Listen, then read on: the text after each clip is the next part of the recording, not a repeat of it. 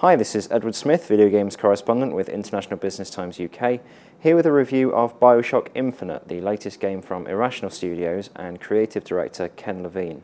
So first of all is the political commentary, which I think for a lot of people was the most interesting thing about BioShock Infinite. History and racial politics don't often appear in video games, so for Irrational and Ken Levine to pick them up as a very central theme in Infinite was exciting. However, they're not quite as thoroughly explored as you might hope. There's a civil war in Colombia between the white upper class and the black, Chinese, Irish underclass, and there's also a tension between the rich and the poor, the left and the right.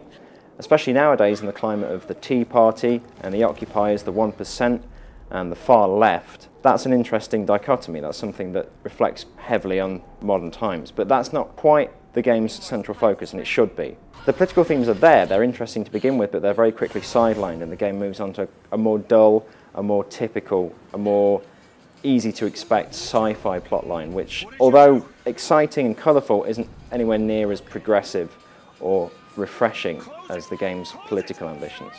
Colombia itself is unquestionably one of the finest masterpieces ever created in video games. It's beautiful, it's colourful, it's talkative.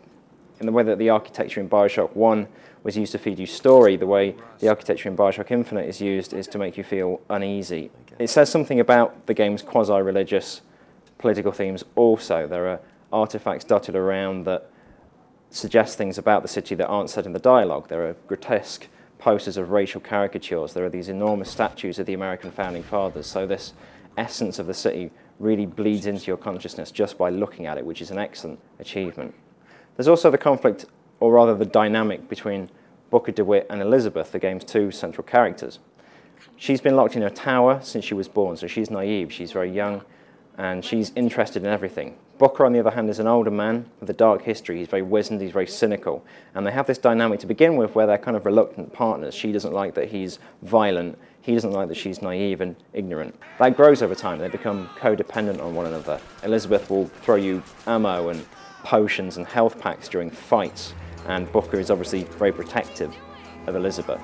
But although that is an interesting dynamic, and it does progress, it builds and it changes, and there's an arc there, it's not quite as well written as you might hope. Elizabeth isn't the fully formed organic person Irrational were kind of telling us she would be. She's quite mechanical in places, and she doesn't react to the world as organically or as naturalistically as you might have hoped. The dialogue is also occasionally hammy. Booker and Elizabeth have these exchanges that sometimes stray into the unconvincing. Finally, the gameplay. Combat can feel scrappy to begin with. You tend to fire a lot of bullets and tap the fire button over and over again rather than picking your shots, but that changes over time. You become used to things called tears, which Elizabeth can bring into the world, which give you access to extra guns, extra cover. You start to use the magical abilities more frequently and more easily, and you develop this interesting kind of rhythm. You get to a point where you can combine tears, magical powers and weapons effectively and pick a kind of class. The game develops this mechanical, regular, kind of consistent rhythm to combat that's very different to other first-person shooters, which tend to be kind of abortive and quick and fast. So that's BioShock Infinite. It's an interesting, fascinating, beautiful computer game that doesn't quite go as far as some people might have been hoping it would. The political commentary isn't quite as thorough as some people might have expected, but it's nevertheless an amazing piece of work.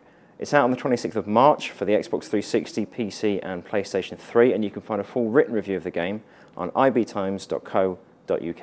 I'm Video Game Correspondent Edward Smith, and thank you for watching.